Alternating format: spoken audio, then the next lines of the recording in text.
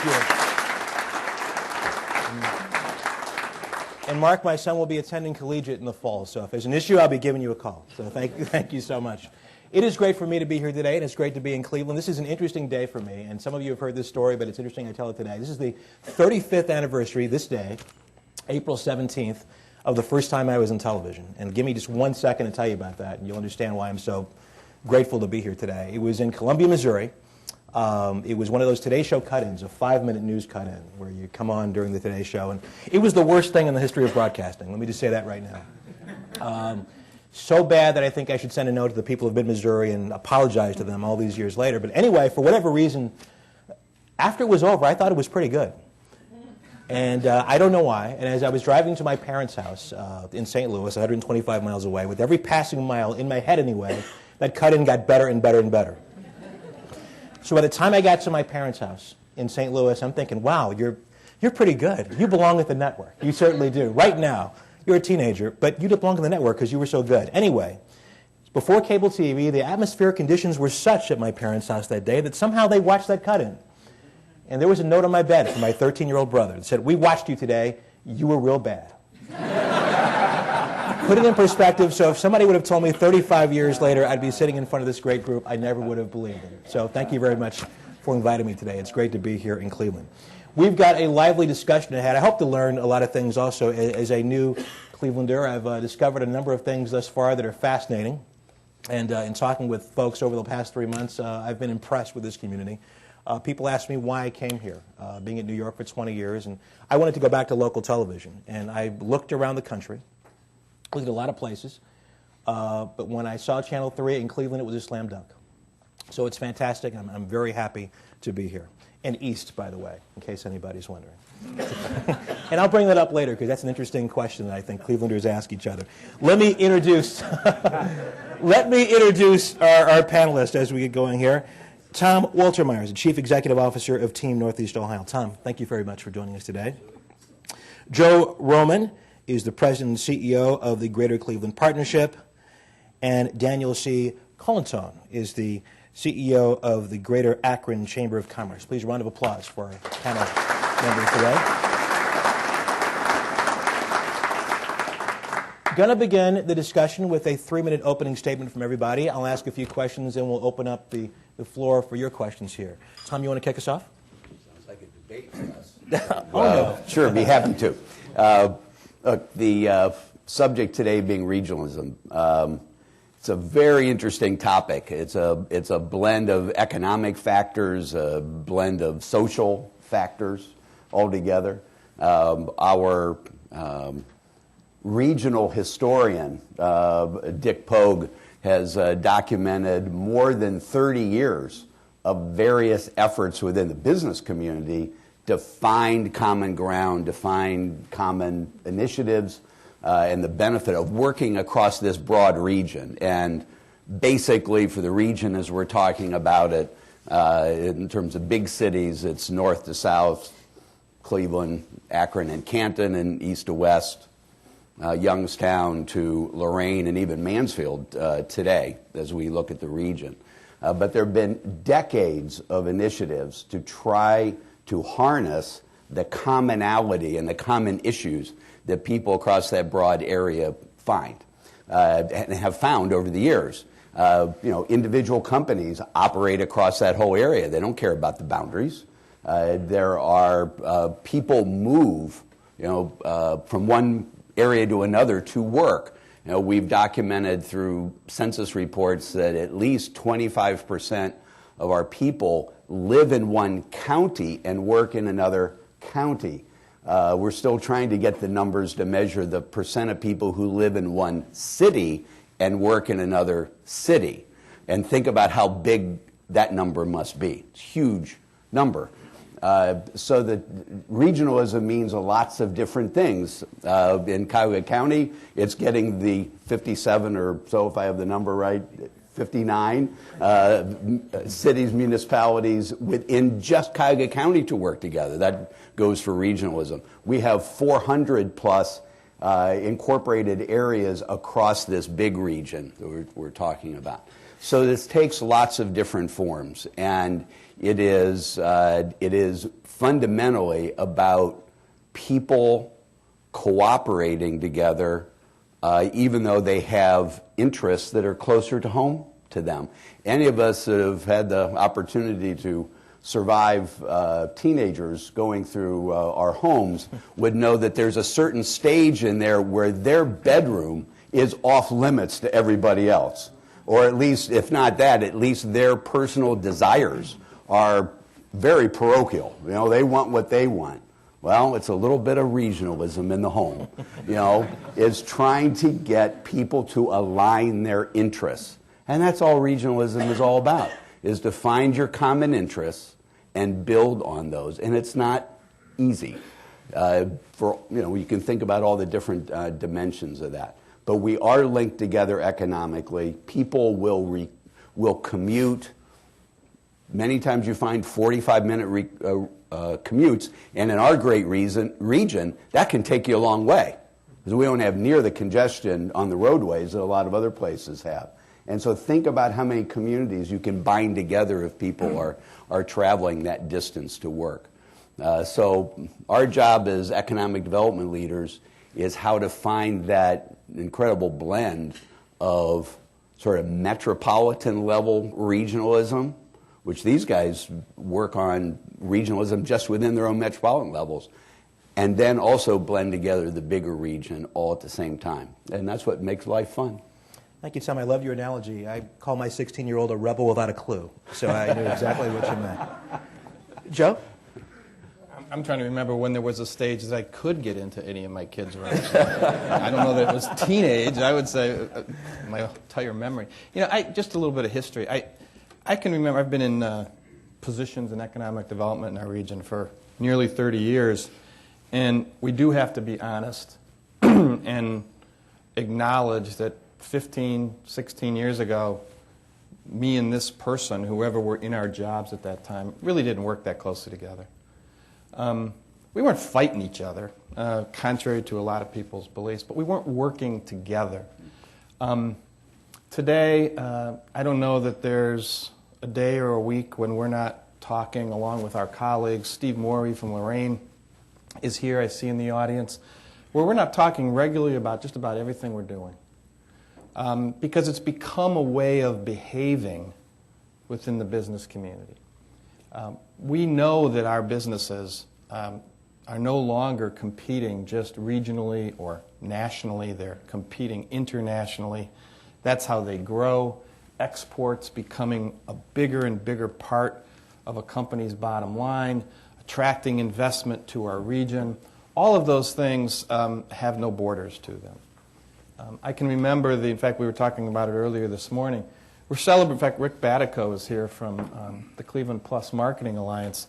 I can remember 5 years ago, just about right now, in the springtime, after a lot of work that a lot of us were engaged in, we created the Cleveland Plus brand for our region. And Akron, Canton, Youngstown, the tagline right below. And we really did a lot of research before we came to that decision, and we did it mutually. And in order to convey how important that was to us and how borderless we wanted it to be, we actually had our press conference on a 737 about 3,000 feet in the air. Strangest press conference. Trying to do a press conference holding a telephone upside down with the button, you know how the flight attendants do, is crazy. But we were trying to demonstrate that, you know, we were challenging people. Do you see any borders from up here? It was a very strange flight, as I recall, too, because it was storming the whole time. And when we landed, the pilots said, "We have never flown that fast, that low in our lives." And we could feel it if you were on the plane. But that's really, I think, a big significant step, because not only are we working more closely together daily within our region, we agreed to market ourselves to the world as a region. And I think that was a big, big step in the evolution of this place. And Tom mentioned regions. You know, to me, there's a region inside of a region inside of a region. I mean, when we really view advocacy as being one of the strengths of the business community. And there's the region here in northeastern Ohio of 4 million people. But we also work extremely closely on advocacy issues with all of our metro chambers at the state level, trying to influence policy that can attract investment. And then one step bigger than that, we work very, very closely with our Great Lakes metro chambers, because we know there's a common tide between all of our metro areas in the Midwest around the Great Lakes. And candidly, let's be honest, as we lose congressional representation due to growth in other areas of the country, we need to work more closely together when it comes to federal legislation. So it's a region inside of a region inside of a region is the way I like to think about it, and I think we're doing quite well at it. Thank you, Joe. Dan? I am so excited about being here this morning. Actually, I'm celebrating the start of my 13th year back in northeastern Ohio, and I thought maybe my opening remarks might be around a story. I grew up in Youngstown and graduated and started in this great world of economic development back in 1980, and left for 19 years and came back and had the pleasure of the opportunity to lead an organization called the Akron Regional Development Board, which covered a metropolitan region, Akron. And again, the first thing I remember is looking at this ties to Tom Waldemeyer's comment, and I thought, 3 counties, and I thought, well, let's get rid of those lines, because it's really not about counties, it's about a metro market. And then as I looked at the market, and I said, well, we're overlapping markets, and you got Cleveland and Akron and Canton, and we're all kind of one, and then Youngstown, and so now you got this 4 million people. And as Joe mentioned, I remember that first year having the opportunity to meet Joe, and at the time he was CEO of Cleveland Tomorrow, and from the very beginning it was very obvious that it was about one market and how could we begin to work together. And I remember Dick Pogue and the opportunities to really spend some time with Dick and his vision for regionalism. And as we started sitting down, and I remember Steve Paquette from the Stark Development Board and sitting in the Akron office and saying, we need to invest out of, which was very unusual, by the way, for a regional chamber of commerce to actually put financial dollars into a regional effort called Team Neo. And we sat in that office and said, how much should we want to put? We came up with a number, and we said, we're going to put this amount of money. And we're still today investing that level of investment and have continued to work together. I want to finish my introductions, though, about kind of a piggyback on marketing and marketing our region in the Cleveland Plus market. I'll never forget when Joe led this effort when we came up as a team and we flew around, and I remember afterwards and walked off the plane and kind of walked over to the area where all the media was, and there was a buzz. I mean, here for the very first time, Cleveland plus Akron plus Canton plus Youngstown, and one of the reporters kind of put a microphone and said, so what do you think about having Akron underneath the Cleveland name? And I thought, okay, here we go. Here we go. How do I react to that? And I think the good Lord blessed me that day because I hadn't had all that much experience with the media because I had only been in this type of position for 3 years at the time coming here. But I think I did pretty good. I basically said we are one region, and that's really what it's about. It's about the pluses and minuses of the assets that we've got, and that it's not really about Cleveland. I mean, Cleveland is known internationally. Certainly Akron in certain ways are recognized internationally, but it is one market. And just excited about being here and having the opportunity to dialogue and engage in this morning. Those reporters can be a real pain, I understand, from what people tell me. Thank you guys very much for your opening statements. Let me just throw something out here. You all talked about the importance of regionalism, and you mentioned some things that have been done over the years. When it comes to, from this point and beyond, how will you measure success? How will you measure how successful that this group has been in bringing Northeast Ohio business, in convincing the world that this is a region, not just one city? Anybody can take that. I think it's, again, we know our region pretty well now. We've agreed as to what the size is. We know who's playing in that region. So I think all of the metrics that become important around per capita growth, around investment attraction, all of those things are picking up and will continue to pick up and be the things we measure ourselves against. As an example, I think Team NEO just recently published a document with all of our input that is suggesting over $10 billion of investments are taking place in our region as we speak. And for those of us who have been around here for a while, we know 5 years ago we couldn't find a crane in this region. And so we've all contributed, and not just us. Many other players, public, private, universities, and so forth, have contributed to that. But the way we need to measure ourselves is really about, are we improving people's lives in the region? Are we becoming more diverse and inclusive? And are we attracting outside investment to our region? Because that's the biggest sign that people have confidence in what you're doing. Russ, in a lot of ways, all of us as economic development people and many people in the room have worked often on. So, what are the actual metrics that you track? And the one that we tend to keep coming back to is per capita income. How much is the average person earning in Northeast Ohio? We know, when you think globally, countries that have higher per capita income than lower per capita income generally are more progressive. They have better social policies. People tend to live longer. It says something about the sophistication of the work that you do. So if you translate that to a regional level or a more local level, same thing holds. If we track our per capita income, it will say something about the resources we have to do a lot of the things we'd like to do in the community. It also says something about the sophistication, the quality of the work we have. Unfortunately, the challenge that we're all working on is that in the 50s, 60s, and for a good part of the 70s, this region had higher per capita income than the national average.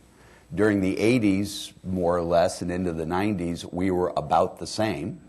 Since the mid-90s, we have been behind the national average. And today, we're behind the national average by more than we were ahead back in the 60s. So it is when you boil it all down, it's probably the best indicator, and it's one that we need to really be working on to improve, because ultimately that is the resource that we have to do good in the community and be sustainable as an economy. Dan, let me ask you a question. Joe talked earlier about a few years ago you guys would not have necessarily had daily conversations to talk about what's going on. It's really easy to be territorial when it comes to business and getting what you want for your community. How do you convince people, how do you convince folks in Akron and in Cleveland and the entire region that these days being territorial is not good business? Well, I think all of us in this room, including our stakeholders and investors in our organization, really do see it as one market. I think consistently aligning our efforts, communicating our work, looking ahead, constantly telling the story, I think, about the job opportunities, about why this is a great place to live, work, and play, to provide those that are looking to come back here the value, and particularly the folks that live here. I'd like to add a comment to the point about the metric. An indirect metric for me is I am really looking forward to the day when citizens are really telling their kids and grandkids to move back to the area. And that's not something that's easily to measure. But I remember my cousin who's 32 years old with a 3-year-old and her husband in Mesa, Arizona, and they called and said, hey, we're moved back to Columbus. And I'm saying, why not Northeastern Ohio? Why not in our region? So I think that's going to be an important measure as we move forward. When you talk about that, it reminds me of something, again, as a new Clevelander, and I touched on this earlier. One of the questions that I've received from day one, when I got off the plane, east or west, where are you going to live, east or west? As someone who's lived around the country, that surprised me because the city of Cleveland was not in that equation. Is there a perception problem in the community? You're talking about regionalism and convincing the world and convincing the folks who know that it's important that we look at ourselves as one region. But is there a perception problem? Does something need to be done for people to look at the entire community? Russ, it's probably gets said more in the Cleveland area than anywhere. And unfortunately, nobody gave you the right answer. The right answer is to just say north. Actually, I did hear that a couple Okay, times. that's the right answer. Yeah, but you know, it has. I mean, we can't. It's been a way. It's almost like after the history of the community, and it's been here so long. It's like a different way of saying, "What about the weather today?" I don't think there's a lot in it anymore, and I always wonder. I can't prove this, but I always wonder had 480, which connects our east and west sides probably more effectively than any other roadway system. Had that been built 60 or 70 years ago, rather than really opening only in the last generation, I wonder if a lot of that would have been missing, because it really has been very difficult traffic-wise. We don't have long commutes, but for those of us who live on the west side, ever try to explain to somebody in the west side, especially a newcomer, how to get to University Circle? And yet it's only 15 miles away.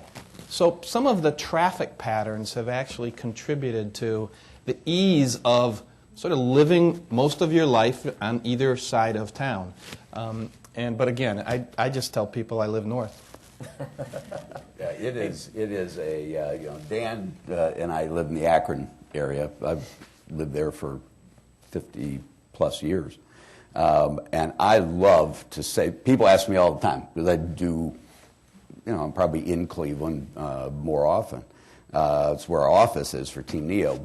And people say, well, east side, west side. I say I live on the south side. And even that, which is possible, gets a total blank look from people. There's a south?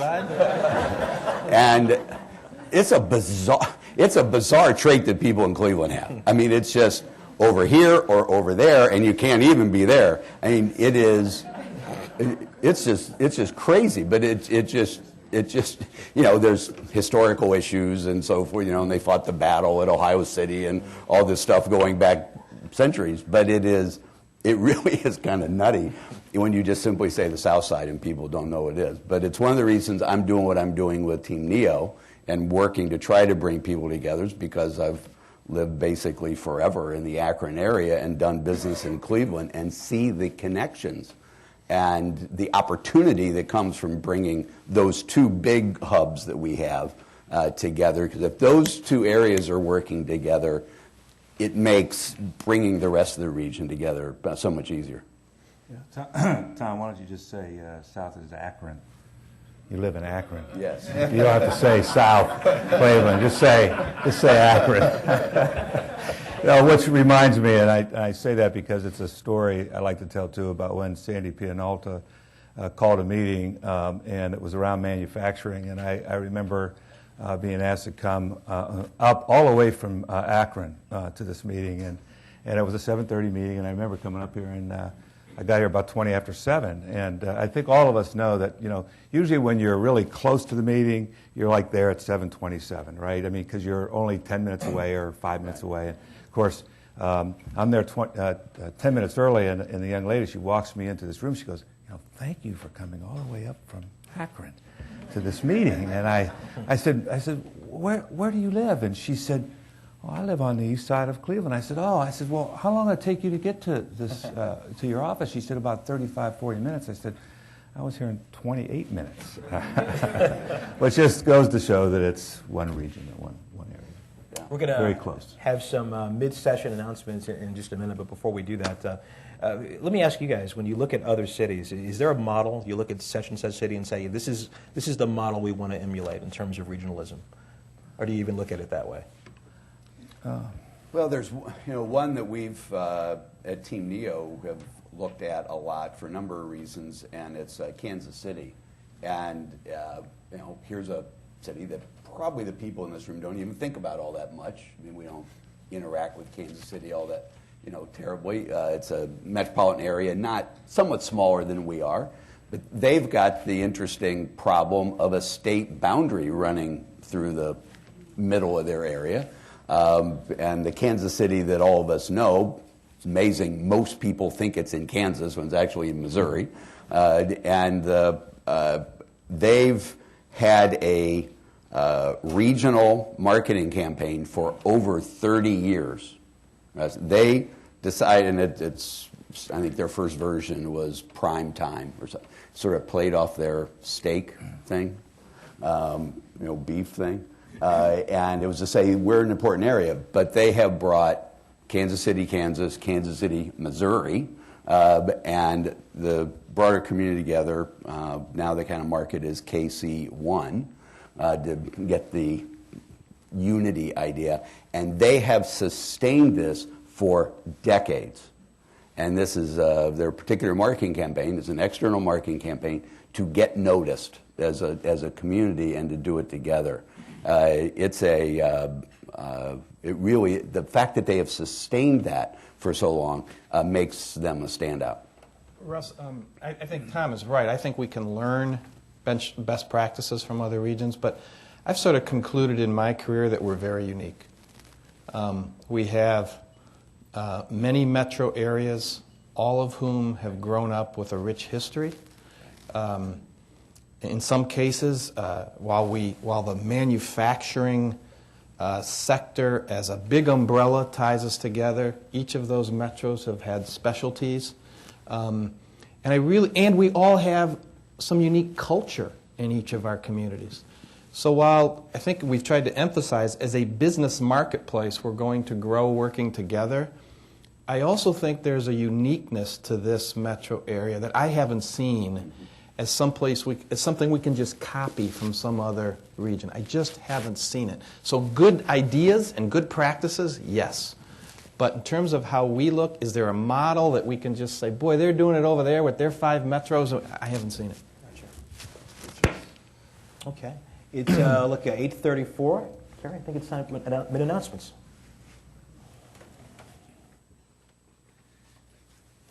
Thank you, Russ. Good morning, everyone. My name is Frank Bird, and I'm the publisher of Inside Business Magazine. Today at the City Club of Cleveland, we are listening to a Business Leader Series program discussing Northeast Ohio regionalism and the importance of municipalities and counties working together. We will return to our panel momentarily for the traditional City Club questions. Please formulate questions for our panelists now, and remember that questions should be brief and to the point. Holding the microphone today is City Club Program Director Carrie Miller. Looked wrong. And our 100th Anniversary Assistant Director, Betsy Wallace. The Business Leader Series is a partnership between the City Club of Cleveland and Inside Business Magazine and is brought to you today by the generous support of our presenting sponsor, Huntington Bank. We also would like to thank our series sponsors, Mead & Moore, Humana, Kent State University, and Oswald Companies for their continuing commitment and support of the series. Joining us today at the head table is Dan Walsh of Huntington Bank, Joe Vuskra from Humana, Dr. Stan Weirden of Kent State University, and Mark Burns of Oswald Companies. Would our sponsors please stand to be recognized?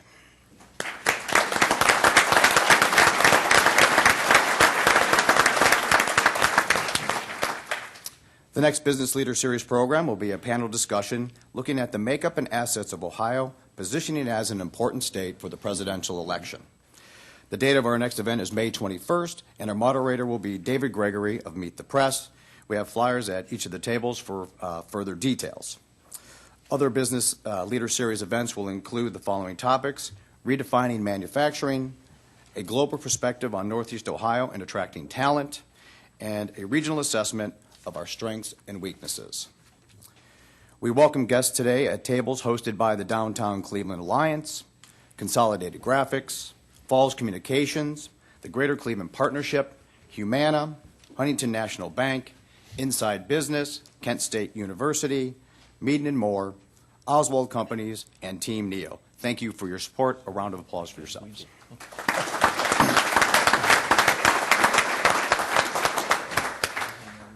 Now we would like to return to the panel for our traditional City Club question and answer period. We welcome questions from everyone, including guests. First question, please. Anybody?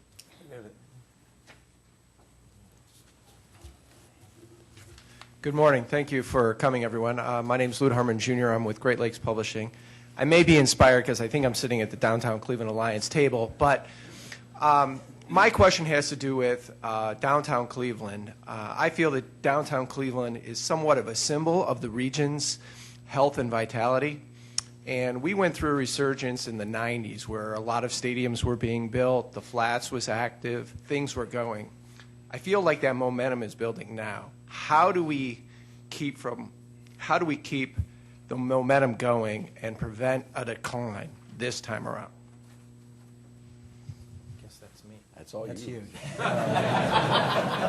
You know, that question comes up a lot, actually. I think there is a shared feeling, especially for those of us who call Cleveland our home, that we remember the Gateway projects, the Rock and Roll Hall of Fame and Science Center, the bicentennial, which Dick helped to lead, sort of all within a 2 to 3 year period. Almost felt like a little Olympics in some ways, the way things were opening so regularly. And I don't know the particular reason. Maybe we got a little complacent during that period of time, and we didn't maybe double down and make sure that we marketed those events or those outcomes as well as we should have. But I also think there's another thing going on, at least in my head, and those investments in many ways were sort of catch-up investments. By that I mean, we really needed to invest in our stadiums in order to keep our teams. We had gone 50 years without reinvesting in those assets. I think the kind of investments that we're seeing take place today in infrastructure, at our universities, at our hospitals, in downtown housing, in some other things, really position us, like we all have said earlier, to attract new investment to the region, not just to celebrate things that we already have. So I really think we're in a better place, and I also think we learned a lesson from the 90s. And I think the marketing alliance that we've talked about is one of those things. But I think we all feel a great level of excitement. But again, we're making a mistake if we don't realize how much has taken place in downtown Akron, how much is taking place in other areas of the region, and we really can benefit from each other and from lessons learned from each other on making sure we don't fall back and not sell ourselves the way we need to. A quick follow-up before we go to the next question. Mayor Jackson, of course, has been very strong about improving schools in Cleveland. When it comes to regionalism, how important is that, not just for the city of Cleveland, but for the entire region? Well, again, I'd be happy to start on that one. We have a new era in front of us in this community, and it's not only in the manufacturing of the future, it's the IT of the future, it's healthcare of the future, all those things. We obviously need to make sure that more of our young children, especially from urban school systems, are prepared to participate in that. And I think the reason the mayor has been so strong is you can't run away from the fact that 75% of our children in the Cleveland district, and Dan can speak to Akron and others can speak to their local community systems, 75% are not getting a quality education right now. We've got to fix that. And I think what the mayor has done recently is to say, we got to go upstream. We can talk about creating new programs in schools, but the work that he's led over the last 6 to 9 months has really said, we can't fix the programs if we don't have new tools. And those new tools required some new state legislation in order to give local districts the kinds of powers they needed to really take that 75% and over the next 5 to 7 years, hopefully take it to zero. That helps Akron and Canton and the entire community, if I hear you correctly. Yes. Well, just to add a brief comment to that, if all of us, and I bet you everyone in this room, were asked the number one question about what is going to help this region move forward, what's that one thing we can all do, and it really ties to education attainment. There isn't any question, no matter what size business you are, no matter what size institution, the future is about education attainment, lifelong learning. A quick piggyback to the question about urban core in terms of Cleveland as it relates to Akron and how to keep progressive and growing. I just want to add that it really does focus around alignment, focus on the right things, and having a plan and staying focused on that plan. And if those of you who haven't had an opportunity to look on upakron.org, University Park Alliance, I encourage you to do so. There's a 25-year plan for 4 districts within Akron and University of Akron, and I tell you that because in order to really build on that momentum and keep it going, it's going to take a lot of work, and it's about alignment and about working on the right things, and not just us doing that, but working in partnership with Joe, his effort, Tom's effort to work together on building that urban core for the community. Another question here? Spencer. I work as a manager of business attraction at Team Neo. Great presentation, everybody. My question is, so we have a shared brand, Cleveland Plus, and we have a growing shared identity. But what about some of the more formal expressions of regionalism, such as the hard work of shared services or revenue sharing? Boss?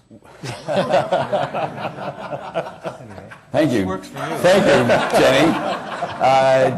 Jenny. You for sure got it right that that's hard work. When it the things that formally divide us are man-made government structures, and those were put in place a long time ago. We chopped up the area into things that may have made sense at the time, but many people believe that we have far too many subdivisions at this stage. But every year we elect people whose job is to manage that territory, and they need resources to be able to do that. So there's a natural drive by each. We say all the mayors are parochial. Well, the fact is we elect them every year to take care of the fiscal health of that particular piece of geography that they are legally responsible for.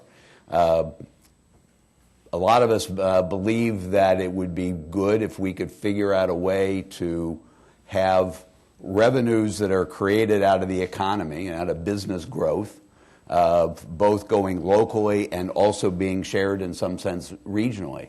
When we have a big business investment somewhere, we tend to draw people from lots of jurisdictions to work there. Right now, our system from an income tax standpoint is sort of a winner-take-all system, where those people happen to work within that geographic boundary, receives all the income tax from those particular workers, even though the workers come from a lot of places. I personally believe it would be better for us to figure out some balance of that, but it is in an era where these fiscal units are under so much stress financially.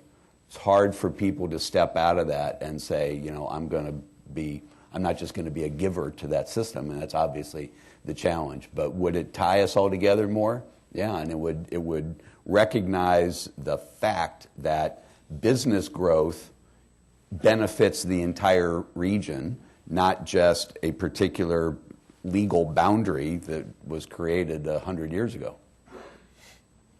Another question here? It's directed primarily to Tom, but not exclusively.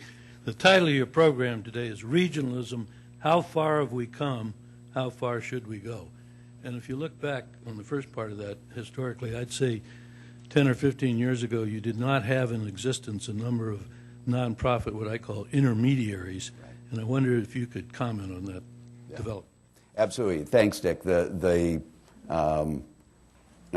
did want to make that point before, and to Russ's question to Joe about, Joe answered about how unique we are, who do we pattern ourselves after. We are an unusual region because we are bringing together these metropolitan areas, which, as Joe described, truly did grow up independently. The business that really took off in Akron, in the rubber business, was not all that present in Cleveland.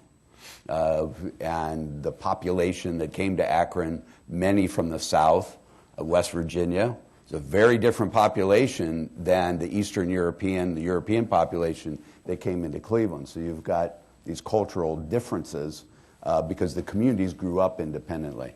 But I wanted to comment about, in terms of how far we've come, dealing with this challenging collection. There's an organization that, again, Dick Pogue was a very important part of, about 15 years ago called the Regional Business Council, and it was an initiative among business leaders across the big region to come together, understanding that they had a lot in common economically, and together we could go farther if we banded together. And they came together and met for about 4 years and eventually disbanded about 10 or 12 years ago, 10 to 11 years ago, because nobody at that time, they couldn't figure out how to actually do something regionally. They knew they should, but they just didn't know how to actually act. 10 years later, we have, in fact, a year or two after that, Team NEO actually was born out of the end of the Regional Business Council, and it was formed by the chambers coming together and saying, no, doggone it, we got to start acting. We got to stop talking about a region, we got to start acting. And Team NEO came out of that, and now we have Nortec doing technology, we got BioEnterprise advancing biomedical, Magnet is even stronger as a regional manufacturing organization. So we've come a long way. Another question over here? Yes, sir. My name is Michael Gray. I actually just serve as the president of the Beechwood Chamber of Commerce.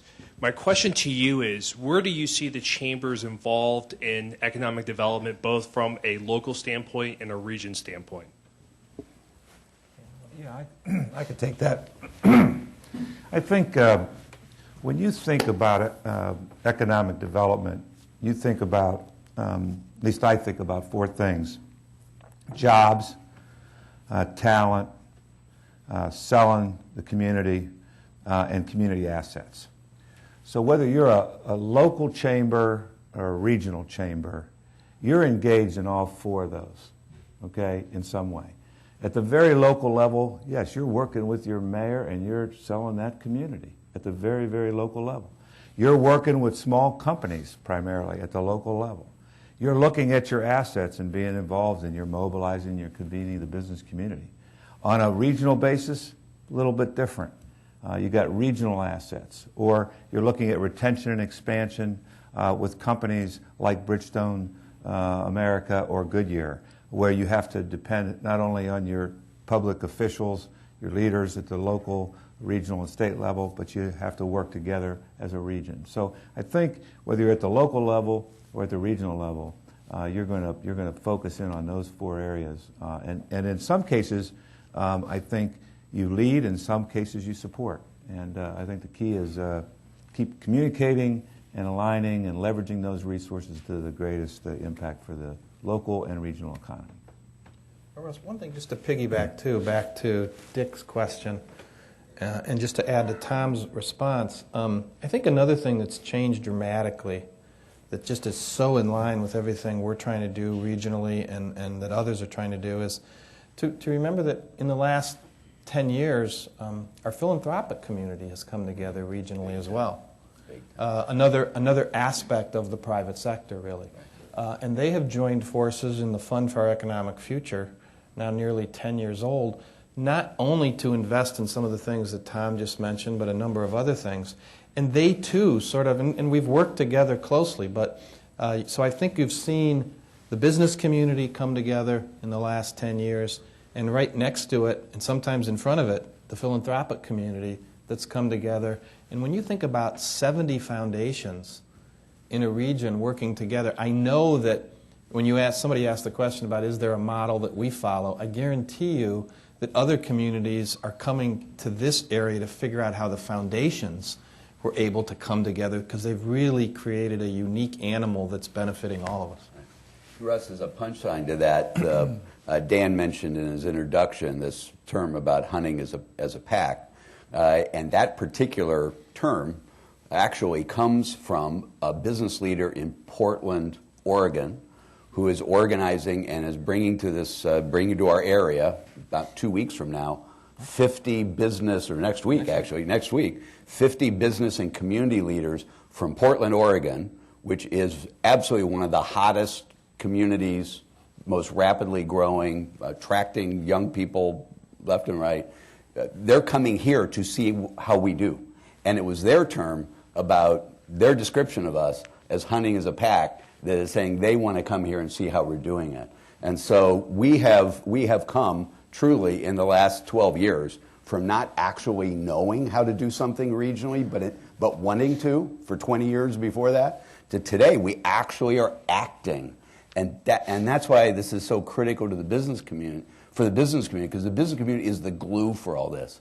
It's the business community that does business regionally. And that's why all of you as business leaders are so critical to this. We have time for two quick questions. Yes. Good morning. My name is Courtney Diorio. I'm with Lorain County Community College, and I was wondering if you could dig deeper into another very important set of stakeholders around talent development. You mentioned that's a core competency and stream of work for Chambers. Can you talk about some of the more inspiring, sustainable regional collaborations around higher ed attainment, et cetera?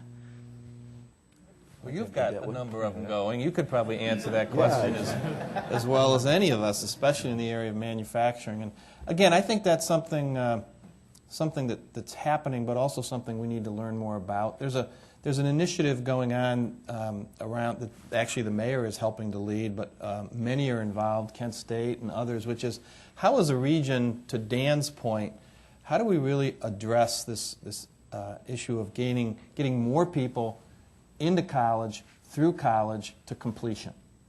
While that is not for everybody, and I think I don't think there's a panacea anywhere, we do know that people who enter college and finish college are likely to have higher per capita incomes, and with a bachelor's degree can make other choices in life as they move forward, whether it's a change of career or something else. But I think that in the next 5 years, that whole area of college completion, college readiness, and workforce readiness is the biggest issue for our region. And obviously working with folks like you is going to be key. Well, and we are really well organized. This is a great question to relate to how you got urban markets that came together around what's called the talent dividend. So it's really education attainment, more degrees, more associate degrees and so forth. But then at a metro level, we're organized. So for example, in the Akron area with Kent State, University of Akron, Hiram, in the community, we're working together, as well as in Cleveland, they're mobilized and organized in Youngstown and in Canton. And so it's a major initiative that really recognizes regional alignment around a focused education attainment, but then at the local level, really mobilized to work together to have outcomes. President coming to your campus tomorrow? Yes. Yeah, third time, right? Okay. We were talking yesterday. You can help me out here. Yes. Why does he keep coming to the campus? Is there something about going on there that keeps attracting him to the campus? Well, just very quickly, we don't have a lot of time. We were talking about it yesterday. We were noticing it in our newsroom. It's the third time he's there, which is fantastic. My understanding is his interest is in Workforce Investment Act reauthorization and is interested in seeing some students that are in programs that are funded by WIA. Thank you very much. Appreciate it. News we can use. One more question. Yes. My name is Sister Judith Ann Karam, and I'm President and CEO of the Sisters of Charity Health System. And this relates to transportation and how key transportation is to regional development. Beginning with Fred Crum's leadership, the Akron-Canton Airport has undergone significant transformation. And I wondered if there's a regional strategy regarding retaining our Continental/United hub at Hopkins. Well, I think there is. I think we've all acknowledged that uniqueness. Let's speak to uniqueness, okay? No model. For a metro area of our size, we're big, but most hubs are located in metro areas even bigger than us. So having this unique advantage of a hub in Cleveland and a regional airport in Akron, and the synergies between those two and the convenience between those two, all I know is we got to keep them both. Because changes in either way is not going to get any of you to where you need to go any more efficiently, and I guarantee you it's going to be more expensive.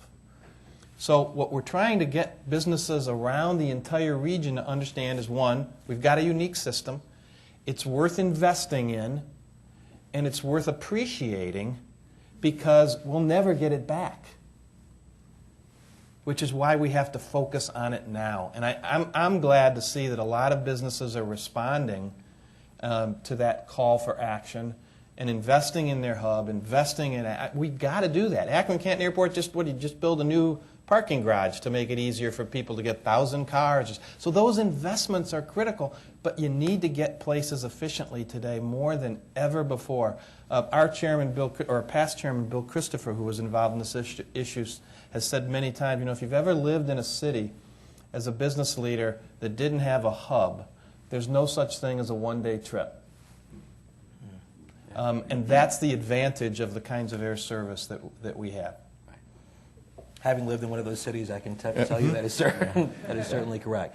Tom, Joe, and Dan, thank you so much. Fascinating discussion this morning. Thank you. Appreciate it. Frank, you're actually, you get to ring the gong, correct?